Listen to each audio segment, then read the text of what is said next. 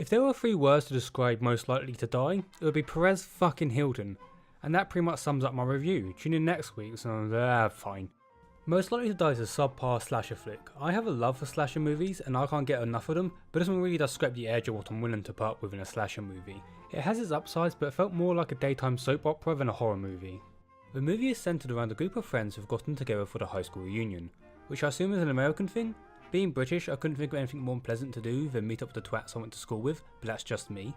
One by one they're slowly picked off by a masked killer called a Graduate, and that's pretty much it in the way of the story for this movie. Slasher movies aren't known for the Oscar-worthy stories. They're known for the most creative ways to kill Perez Hilton, most creative ways to kill a group of 20-something-year-olds. So what slasher movies tend to lack in story, they make up for with interesting characters, which is what Most Likely to Die does somewhat well. The main character Gabby is a professional poker player who recently placed 16th in the World Series, just missing her chances to win a poker bracelet, which I guess is a big deal? The way the movie goes on about this bracelet, you'd think it was an Olympic gold medal or something. Just on a side note, this movie has lots of poker terms throughout it, which I thought was a really nice touch. Where most movies would leave it there for the character's backstory, they go an extra step further and give her a past relationship with Brad, which resulted in her becoming pregnant and Brad running away, so she had to face going through an abortion by herself, leaving her cold and emotionally distant.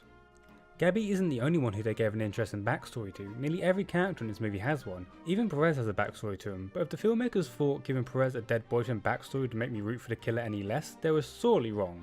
I was on the edge of my seat throughout this entire movie waiting for Perez to die, and then this movie has the audacity to let him survive, giving me Perez murdered blue balls. The slight issue of giving all these characters complex backstories and relationships is that past the first 5 minutes where a generic blonde character dies, the movie takes a good 45 minutes to get into the slasher part of his slasher movie. I'm gonna go back to the dumb blonde character for a second. The movie starts with the age-old trope of the underdeveloped slutty dumb blonde character being killed off first. Honestly, I don't understand why horror movies do this. I can't feel invested in a character who hasn't had any screen time to be developed, so why would I care about them being killed? Her murder was off screen too. It felt more like they were padding out the movie's runtime. That's not a fantastic thought to have 5 minutes into the movie. Well, she gets killed and her boyfriend Ray has seemingly gone missing. I wonder if he's the killer. He's not, but I think that's what the movie wants you to think.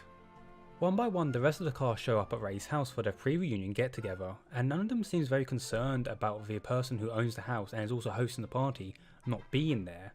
Here is where we get introduced to the rest of the characters. There's Gabby, whom we already spoke about, Jade, the go-nowhere lesbian who hasn't left the town she grew up in, DJ, the ex-class prankster, Freddy, Perez fucking Hilton, Lamont, the fat kid who's buffed up, and finally there's Brad, Gabby's ex who dropped out of high school to become a famous actor, who just happened to bring his girlfriend Bella, whose only purpose in the movie was to give her some side boob. The next 40 minutes only really consists of giving our characters soap opera worthy drama and development. The only thing there is to take from the 40 minutes is the story of John Doe.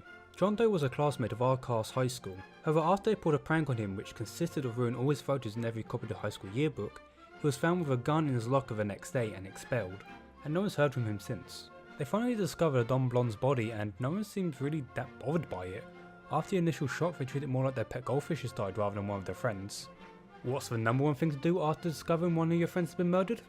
That's right, time for everyone to split up and wander aimlessly around the house while slowly being picked off by the killer. And that pretty much makes up for the rest of the movie, with a few notable moments such as the movie winning the Most Creative Weapon award for using a custom made mortar board to slice people's throats and for it to be thrown ob job style. Once around half the cast has been shot, stabbed and decapitated, we find out that DJ is the one behind the killings. Last year he got in contact with John Doe and became good friends with him. After the guilt got too much to bear, DJ disclosed his dark secret to John, that it was him who put the gun in the locker after Ray told him to, which got him suspended and which then ruined his life. Once finding out about this betrayal, John went on to kill himself, and this is what driven DJ to seek revenge on his former classmates. It's not the most interesting of killer motives, but at least it's original and I've definitely seen worse. For some bizarre reason, DJ decides that the classmates who are innocent and should also seek out revenge are Perez fucking Hilton and Gabby due to her being abandoned by Brad.